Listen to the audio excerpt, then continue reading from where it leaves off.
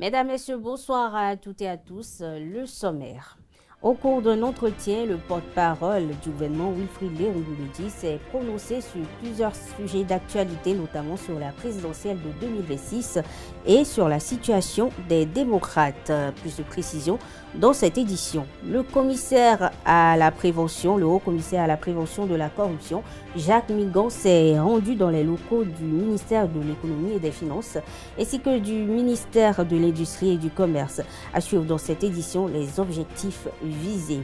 Le chef d'arrondissement de Glodjigbe a été suspendu. Les raisons de sa suspension ont été livrées par le maire de la commune d'Abomey-Calavi, Angelo Arondino.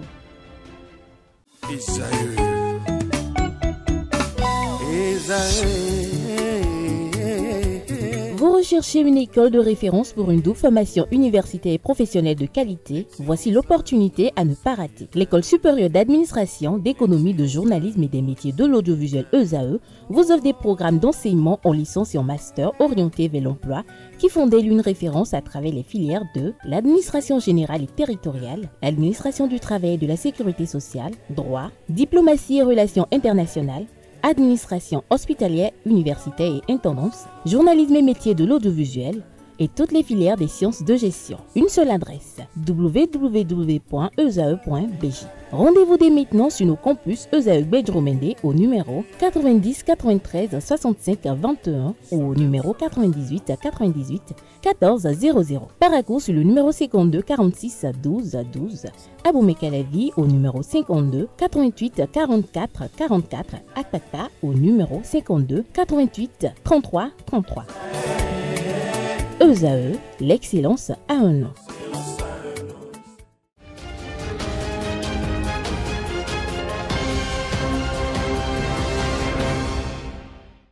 Bienvenue à 15 mois de fin du mandat de chef de l'État béninois. Beaucoup de débats se font déjà sur 2026.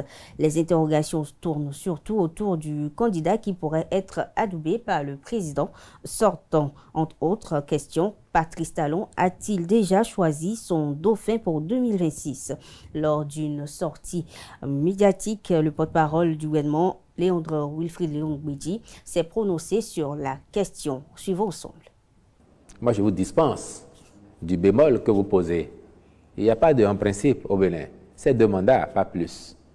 La Constitution qui a été révisée en 2019, à un moment où l'Assemblée nationale était composée de députés entièrement acquis à la cause du président Talon. 100% de députés. C'est ce que vous avez appelé l'Assemblée monocolore. Après le boycott des législatives de 2019 par l'opposition, les deux partis qui soutiennent le pouvoir se sont retrouvés à l'Assemblée. Ce sont ces partis, entièrement acquis à l'action du président Talon, qui ont conduit une révision sous la houlette du président Talon lui-même et dans laquelle, au lieu de lever le verrou de la limitation des mandats, on l'a plutôt corsé en disant qu'au Bénin, nul ne peut, de sa vie, effectuer plus de 2 mandats de président de la République. Mieux, on a ajouté que la révision qui est intervenue n'instaure ni une nouvelle République, ni une nouvelle Constitution. Pour que le débat soit définitivement clos au Bénin, donc il n'y a pas de principe. C'est le deuxième et le dernier mandat. À supposer même qu'il y ait une nouvelle Constitution ou une nouvelle République. Le fait de dire que nul ne peut de sa vie faire plus de 2 mandats au Bénin solde le débat. Donc pour nous, il n'y a pas de principe.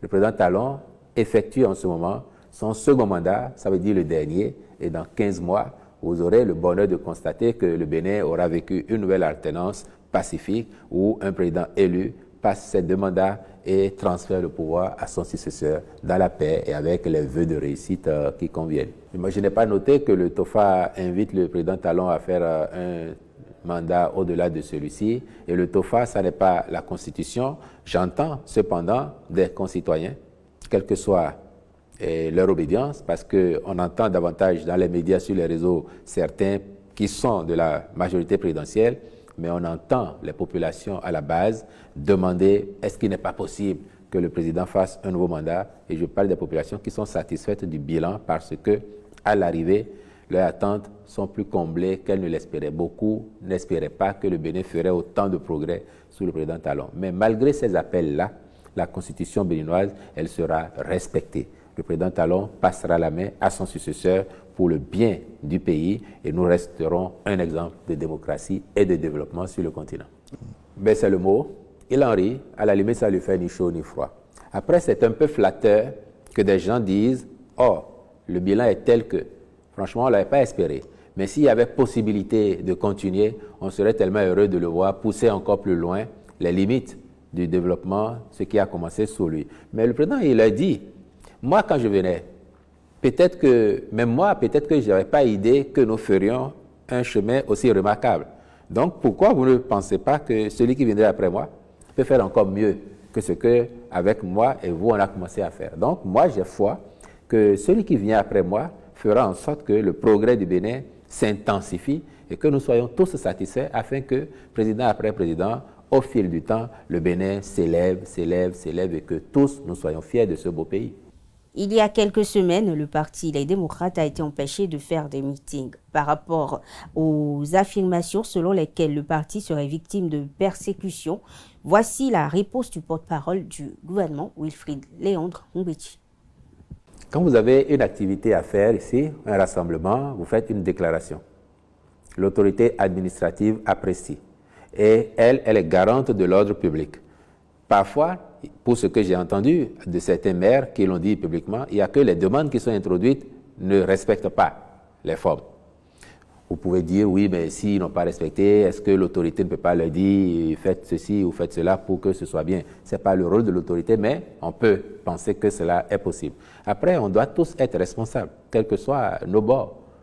Et aujourd'hui, il faut considérer que si on est un parti responsable, on fait aussi les choses bien. Du reste, j'aime à dire, si un parti politique, quel qu'il soit, ou une association, quelle qu'elle soit, considère qu'elle veut faire une activité, qu'elle a rempli toutes les conditions, et que l'autorité administrative qui doit l'accompagner ne le fait pas, de mauvaise foi, il faut saisir les instances compétentes. On a des tribunaux administratifs ici. Vous les saisissez, vous vous dites, moi, j'ai voulu faire telle activité, tel préfet ou tel maire m'en a empêché, ce faisant, il a violé la loi.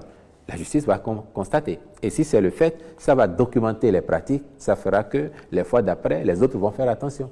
Le chef d'arrondissement de Glodjigbe, Gilbert Setonji Boko, a été suspendu de ses fonctions par le maire d'Abomey-Calavi, Angelo Arondino, en raison de commentaires jugés critiques à l'égard du gouvernement formulés dans un forum WhatsApp. Selon le maire, ces propos constituent un manquement grave à l'obligation de réserve. Le maire Arondino a précisé que cette mesure a été prise conformément aux dispositions légales après avoir sollicité des explications de la part du concerné et sa réponse a été examinée lors d'une session extraordinaire du conseil communal le 4 mars dernier. Session au cours de laquelle les débats ont été intenses avec des échanges houleux avant que la décision de suspension ne soit finalement actée. Le code de l'administration territoriale, il faut le préciser, stipule que lorsqu'un chef d'arrondissement commet une faute lourde, il peut être suspendu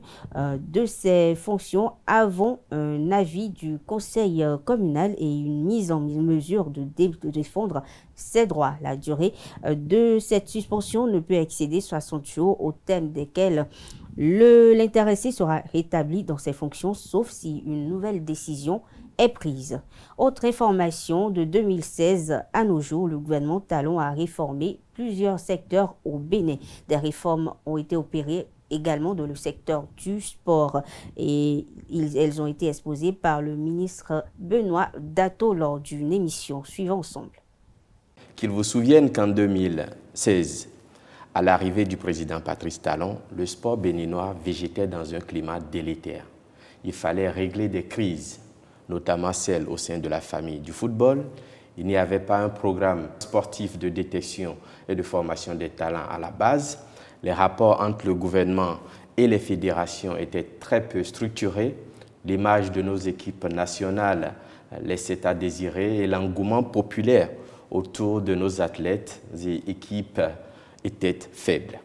Sous le leadership du président Patrice Talon, nous avons défini un objectif clair et précis, faire du Bénin une nation sportive.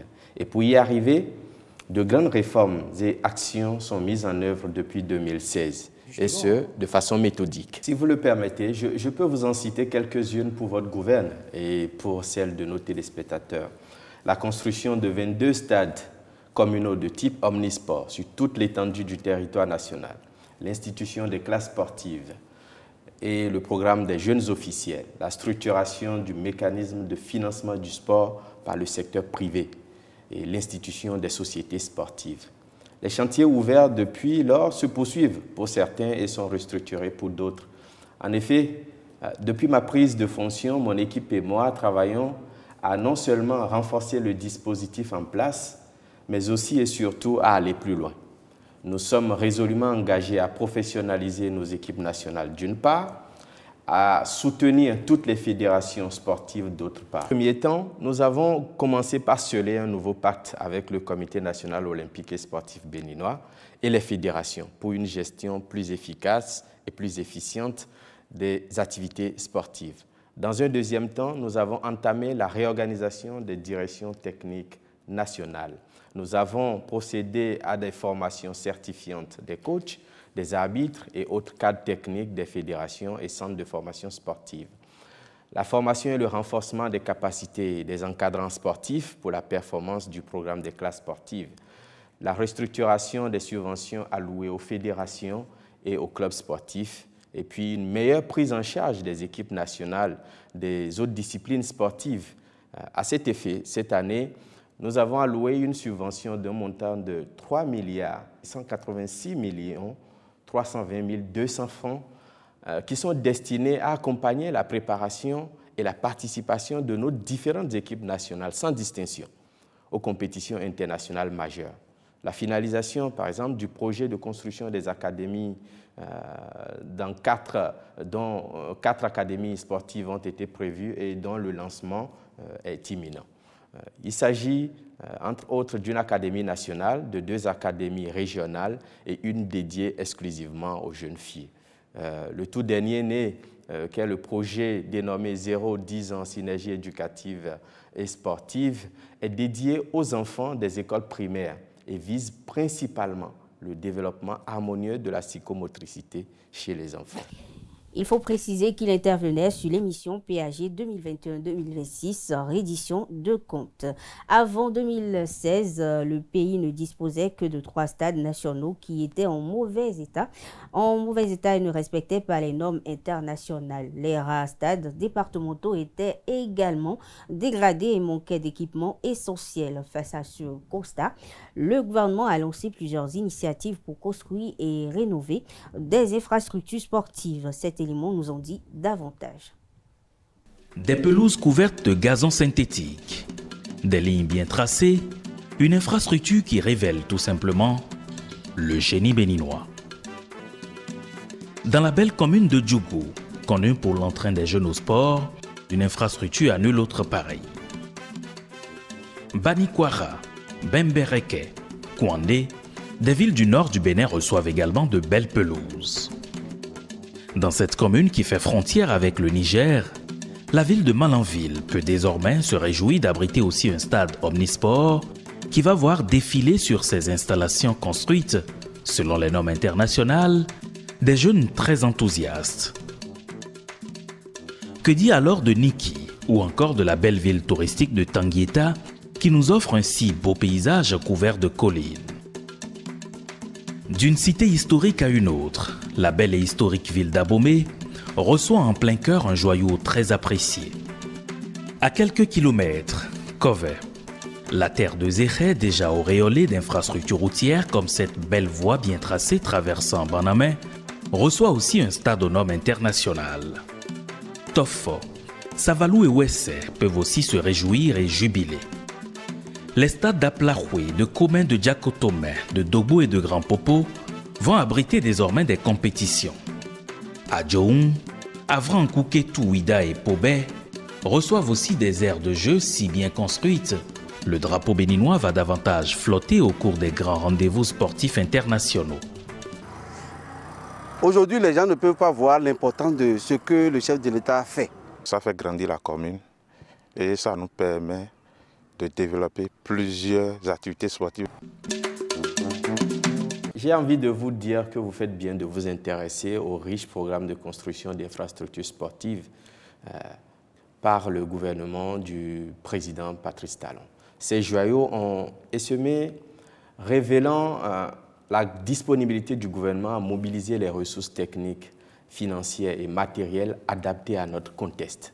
Je veux dire à nos compatriotes que ces infrastructures sportives témoignent de la volonté du gouvernement à asseoir la pratique des disciplines sportives dans des conditions adéquates, le respect des réglementations, l'image, le confort des téléspectateurs, la durabilité des dites installations sportives et la sécurité. Nous avons développé ce projet de façon méthodique. D'abord, au plan national, il y a eu une optimisation de la rénovation du stade de l'Amitié Général Mathieu Kérékou. Il faut dire ici que nous avons encore quelques travaux à réaliser pour être totalement optimal. La décision du gouvernement de redorer les stades René Pleven, Charles de Gaulle et Parakou, le stade René Pleven bientôt transformé en un complexe sportif de type urbain, le stade Charles de Gaulle en cours de réhabilitation en stade d'honneur iconique avec de l'écrin textile autour des gradins, des terrains d'entraînement et une délocalisation des aires de jeu de main.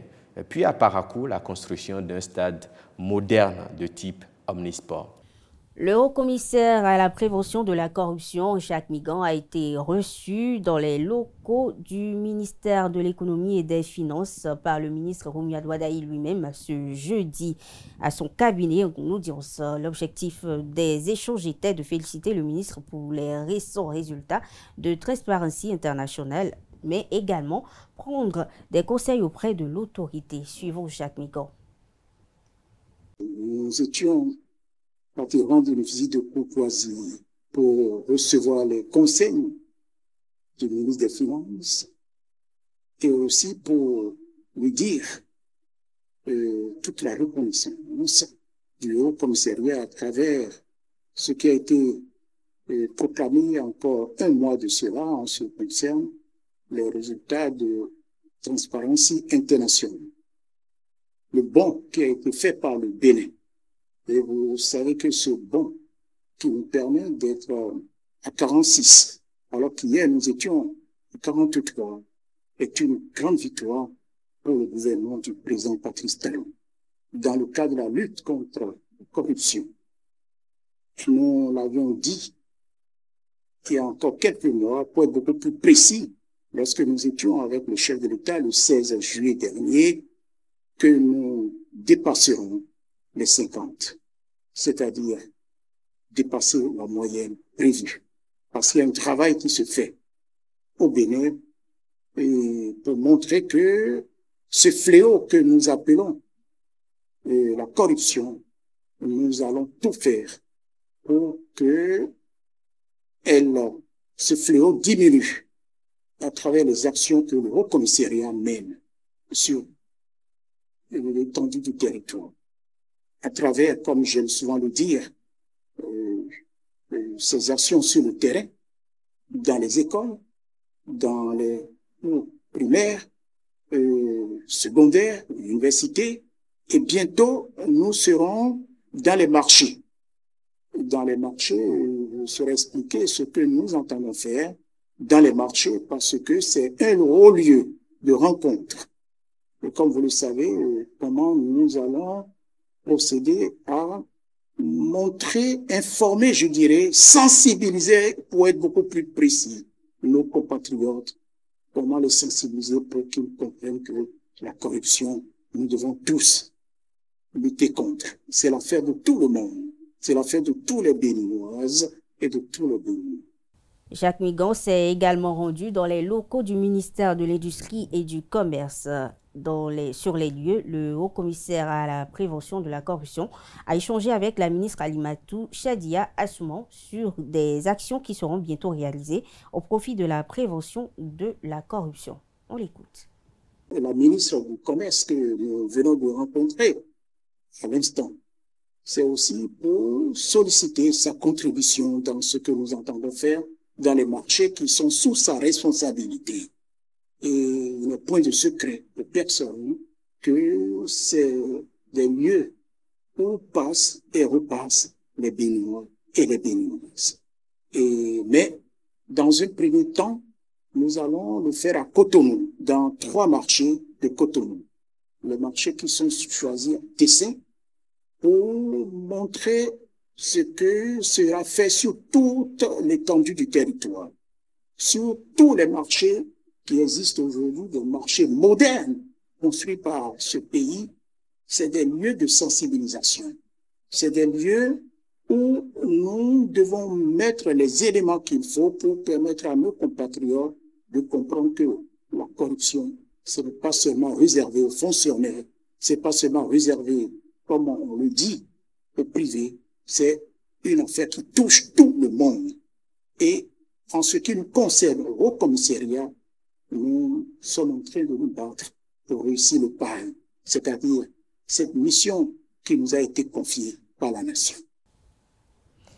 Le Bénin a été retiré de la liste rouge des pays en retard dans la mise en place d'un mécanisme national de prévention de la torture. La nouvelle a été annoncée par le sous-comité pour la prévention de la torture lors de la 55e session en février 2025. Ce retrait, il faut le noter, constitue une victoire importante pour le Bénin. Et sur le plan international, il réhabilite l'image du pays et renforce sa crédibilité en matière de respect des droits humains. Le Bénin s'apprête à abriter le siège de la Fédération des associations professionnelles des banques et établissements financiers de l'Union économique et monétaire ouest-africaine, FAP-BEF-UEMOA. La pose de la première pierre de cette infrastructure est prévue dans les semaines à venir à Cotonou, selon Mamadou Bokar Si, président sortant de l'organisation, à l'ouverture du Conseil fédéral. Dans le cadre de ce projet, il faut noter que les autorités béninoises ont octroyé un terrain de 2363 mètres carrés pour accueillir le siège de la fédération. La FAP-BEF-UEMOA regroupe les associations professionnelles des banques et établissements financiers de 8 États membres de l'Union, à savoir le Bénin, le Burkina Faso, la Côte d'Ivoire, la Guinée-Bissau, le Mali, le Niger, le Sénégal et le Togo. Elle joue un rôle crucial dans la régulation et l'orientation des politiques bancaires pour favoriser la coopération et la stabilité du secteur financier sous-régional. Autre élément dans cette édition, l'association des femmes agents de la SONEB organise le samedi 8 mars prochain des célébrations dans le cadre de la Journée internationale des droits de la femme. La présidente de l'amicale Malima Adjala expose le programme de cette journée au micro de Anaël Doro. L'amicale des femmes agents de la SONEB est une amicale des femmes réunies dans un creuset d'échange dont les femmes de l'entreprise sont membres pour relever les grands défis du développement poursuivis par la SONEB dans le secteur de l'eau et de l'assainissement. Les objectifs principaux de l'amicale sont travailler pour l'instauration d'un climat social apaisé avec une référence spéciale à l'implication des femmes au développement de la société. Cela implique la présence des femmes dans les instances de décision. Nous travaillons également à établir des relations d'amitié et de solidarité avec toutes les associations sœurs et en particulier celles du secteur de l'eau et d'assainissement au plan national en Afrique et dans le monde. Nos perspectives, c'est d'organiser régulièrement des formations de développement personnel et de gestion du stress à l'endroit des femmes, membres de l'amicale, afin de les rendre efficaces non seulement à leur poste, mais aussi face à leurs responsabilités quotidiennes. Nous travaillons aussi pour faire des plaidoyers à l'endroit de la hiérarchie pour promouvoir plus de femmes à des postes de responsabilité. Le 8 mars, c'est une commémoration mondiale Et au sein de la SONEB, nous avons prévu de développer des thèmes à l'endroit des femmes afin qu'elles se retrouvent mieux dans la société et dans leur lieu de travail. Déjà, nous avons prévu 3 thèmes et 2 thèmes. Un thème, le thème de l'année pour la commémoration de la GIF 2025 pour toutes les femmes et les filles, droit, égalité et autonomisation. L'autonomisation féminine, c'est un processus par lequel les femmes acquièrent de l'influence et des chances égales de poursuivre des projets personnels, sociaux et économiques en s'engageant dans toutes les parties de la société au même titre que les hommes. Le deuxième thème a rapport beaucoup plus avec l'environnement. Rôle des femmes pour assurer la protection de l'environnement dans le cadre du développement. Il y aura aussi une présentation d'une gynécologue par rapport à l'hygiène intime et les infections. Bilal Badarou a été libéré. Il s'agit là du jeune homme de 16 ans qui a comparu devant la Criette les 24 et 27 février dernier après avoir publié sur les réseaux sociaux un message qualifiant le chef de l'État d'arnaqueur, une accusation qui lui a valu une convocation devant la juridiction spécialisée en matière d'infractions économiques et de terrorisme. À sa sortie, lors de sa prise de parole, le jeune homme de 16 ans a exprimé ses profonds regrets. Conscient de la gravité de ses propos, il a publiquement présenté ses excuses au chef de l'État, Patrice Talon, et par la même occasion, il invite les jeunes à faire preuve de responsabilité sur les réseaux sociaux. Des peines d'emprisonnement ont été requises ce 6 mars à la Cour de répression des infractions économiques et de terrorisme contre les militaires marins et commerçants de gasoil dans l'affaire vol présumé de carburant à la base navale de Cotonou. Au cours de cette nouvelle audience, dans ses réquisitoires, le ministère public a requis des peines de prison à l'encontre de 5 militaires marins et de 2 commerçants de gasoil impliqués. L'ancien commandant de la base navale et 3 de ses collaborateurs risquent 5 ans de prison, dont 2 sont fermes, assortis d'une amende de 2 millions de francs CFA. Ils sont accusés d'avoir vendu ou participé à la vente illégale du carburant. Un 5e militaire marin soupçonné d'avoir acheté du carburant volé pourrait écoper, quant à lui, de 5 ans de prison, dont 12 mois fermes et 2 millions de francs CFA d'amende pour recel d'abus de fonction. Les 2 commerçants qui ont acheté du gasoil auprès des militaires risquent la même peine. Cependant, ils affirment ne pas avoir su que le carburant provenait de la base navale. Le ministère public a également requis la relaxe au bénéfice du doute pour 7 autres militaires marins, faute de preuves suffisantes pour établir leurs implications dans la vente illicite. Au cours des plaidoiries, les avocats des accusés ont demandé la relaxe de leurs clients, arguant que le carburant vendu était rempli d'eau et donc inutilisable. De plus, le représentant de l'état-major de la Marine nationale a affirmé qu'aucune perte de carburant n'avait été constatée avant l'arrestation des militaires. La Criette a renvoyé son délibéré au 3 avril prochain.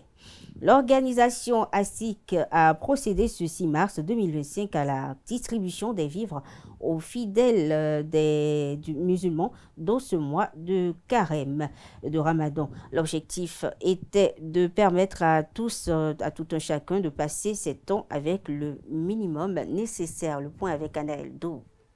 Partager autour de soi, c'est l'objectif de l'Association islamique pour le développement et la coopération en ce mois de Ramadan. Avec l'aide de ses partenaires de l'association AFAC du Koweït, l'organisation a posé un acte noble, distribuer des vivres aux musulmans. L'ONG ADIC a fait appel à ses partenaires de Koweït, Horizon Charity, qu'on appelle AFAC al-Khair al-Koweïtiya en arabe, qui a accepté les doléances de ADIC et est venu en appui. Ce matin, nous avons distribué 71 kits à l'endroit de 71 familles. Et la petite famille doit être composée au moins de 6 membres. Donc, un kit est constitué de 25 kg de riz, de 5 kg de farine, de 2 litres d'huile, de 4 boîtes de tomates et enfin 5 boîtes de lait. Ce geste vient en appui aux fidèles musulmans pour les accompagner dans leurs obligations religieuses. Pour ces derniers, ce sont des soulagements et surtout de la joie. Grande est ma joie de voir l'association AFAC nous aider en matière de vivres alimentaires pour ce temps de jeûne, un temps de pénitence, un temps d'adoration intense. C'est une très grande joie pour moi et je prie pour l'association pour qu'elle ait une longue vie et qu'elle continue de nous appuyer. Ces 111 bénéficiaires sont invités à poser à leur tour ce geste de solidarité afin de toucher d'autres fidèles dans le besoin. Arriver à la maison, chacun avec ses voisins, de voir et de faire le partage musulman. La solidarité musulmane qui veut qu'on soit indulgent, qu'on soit généreux à l'endroit de nos frères et de nos sœurs qui n'ont pas pu être parmi les bénéficiaires et qui sont venus prendre ici. Donc 2 kilos de riz à côté, 2 kilos de riz de l'autre côté, des 1000 litres d'huile pour que le partage soit effectif et que le bien qu'on a reçu ici touche plus d'un parmi les frères béninois. L'ONG ADIC promet œuvrer davantage auprès de ses partenaires pour que cet acte se renouvelle dans ce mois de Ramadan. Actualité hors de nos frontières à présent, le Mali procède à un ajustement de sa fiscalité minière. Cette décision a été prise en Conseil des ministres cette semaine. L'annonce a été faite par la primature ce mercredi 5 mars dans un communiqué. Outre les décisions concernant les mines artisanales et l'orpaillage, suite à la catastrophe de Kokoyo, les autorités ont décidé de revoir la fiscalité minière après adoption de son nouveau code minier en 2023. L'objectif était clair et reste la boussole des autorités, tirer davantage profit de la rente minière. Autre information de nos frontières, le Royaume-Uni a annoncé ce jeudi avoir levé des sanctions à l'encontre des 24 entités syriennes ou liées à la Syrie dont la banque centrale de ce pays avait été imposée sous le régime de Bachar el-Assad. L'annonce a été faite à travers le communiqué du département du Trésor. Outre la banque centrale syrienne, il s'agit principalement des sociétés ou entités publiques des secteurs bancaires ou pétroliers ou encore de la compagnie aérienne Syrian Air. Et ces entités sont principalement basées en Syrie, mais aussi au Liban et aux Émirats arabes unis. Dernière information hors de nos frontières dans cette édition, les droits de douane de 25% imposés par le président américain Donald Trump sur les produits mexicains et canadiens pourraient avoir un impact significatif sur les économies des deux voisins des États-Unis, a alerté ce jeudi le FMI par le biais de la directrice de la communication du Fonds monétaire international, Julie Kozak, lors d'une conférence de presse. Mesdames et messieurs, on parle sport également dans cette édition. Cotonou, capitale de la World Skate Africa du 5 au 8 mars 2025. Les 34 fédérations nationales membres travaillent à doter les instances faîtières du roller sport en Afrique d'un plan stratégique de développement à l'horizon pendant les 5 années prochaines. Et à cette assise, la première en présentiel à Cotonou, les membres vont prendre d'autres résolutions permettant le rayonnement du skate africain. Des précisions avec Nathanaël Coty, président du World Skate Africa. Les premiers mots en cette circonstance solennelle sont ceux d'une grande gratitude et d'une reconnaissance infinie à l'endroit du gouvernement béninois et son chef, son Excellence, Monsieur le Président Patrice Talon, qui ont permis la signature officielle d'un accord de siège entre notre baissière, la World Skate Africa et la République du Bénin. Il s'agit d'un acte de haute portée pour la jeunesse africaine amoureuse du skate, le skateboard le roller et trottinette, dont l'institution continentale dispose d'un pied-à-terre dans un pays d'amitié et de charité. Mon émotion est grande et ma joie est immense en ce moment où je prends la parole à l'occasion de cette première réunion en présentiel des membres du comité exécutif de la WOSCET Africa. Une réunion qui se tient dans le pays de siège de notre institution sportive continentale en présence des autorités béninoises au plus haut niveau qui sont là pour nous apporter encore une fois la preuve de leur soutien indéfectible et de leur accompagnement pour la promotion et le développement du roller sport en Afrique. Permettez-moi de vous dire en quelques langues, nationales du Bénin et de l'Afrique, Kwabo, Miawezon, Nakayo, Kaweru, Ekabo, Ekwabo, ce qui voudrait dire en français et en anglais respectivement, bienvenue et welcome. Bienvenue et welcome dans ce pays d'hospitalité qui déjà, le 6 décembre 2016, avait accueilli le congrès qui avait consacré la renaissance de la Confédération africaine de roller sport, ACRS. Depuis ce congrès de Cotonou en 2016, au cours duquel j'ai été porté à la tête de notre institution continentale par une vingtaine de pays, le nombre de membres de la WOSCET Africa est passé à plus d'une trentaine de pays. Le chemin depuis cette renaissance a été rempli d'épreuves particulièrement difficiles. La WOSCET Africa, avec 34 fédérations nationales affiliées, est aujourd'hui l'une des importantes composantes de la WOSCET, créée en 1924 sous le nom de la Fédération internationale de roller sport. La WOSCET regroupe à ce jour environ 140 fédérations nationales issues de 5 continents. En nous renouvelant leur confiance lors du dernier congrès de la WOSCET qui s'est tenu le 6 septembre 2024 en Italie, à Rome, les fédérations africaines nous envoient un message fort et très important parce qu'elles veulent des changements qualitatifs dans la continuité et nous n'avons pas le droit de les décevoir. Pour ne pas les décevoir, il urge que nous changions de paradigme. Au regard des années d'expérience que nous avons capitalisées, il importe que nous dotions notre institution d'une boussole qui lui a toujours manqué. Notre réunion de Cotonou sera l'occasion pour nous de poser les bases d'un processus qui aboutira à doter la WOSCET Africa du plan stratégique de développement. Et c'est pour ça que pendant ces 2 jours de travaux intenses, nous allons nous atteler à nous poser les questions pour lancer la préparation du processus stratégique. Comment allons-nous élaborer le plan stratégique de notre développement au niveau de la WOSCET Africa? De combien de temps devons-nous disposer pour y parvenir? Quel budget sera alloué au processus de planification? Quelles seront les étapes et méthodes pour accueillir les informations qui participeront à l'effort de la planification?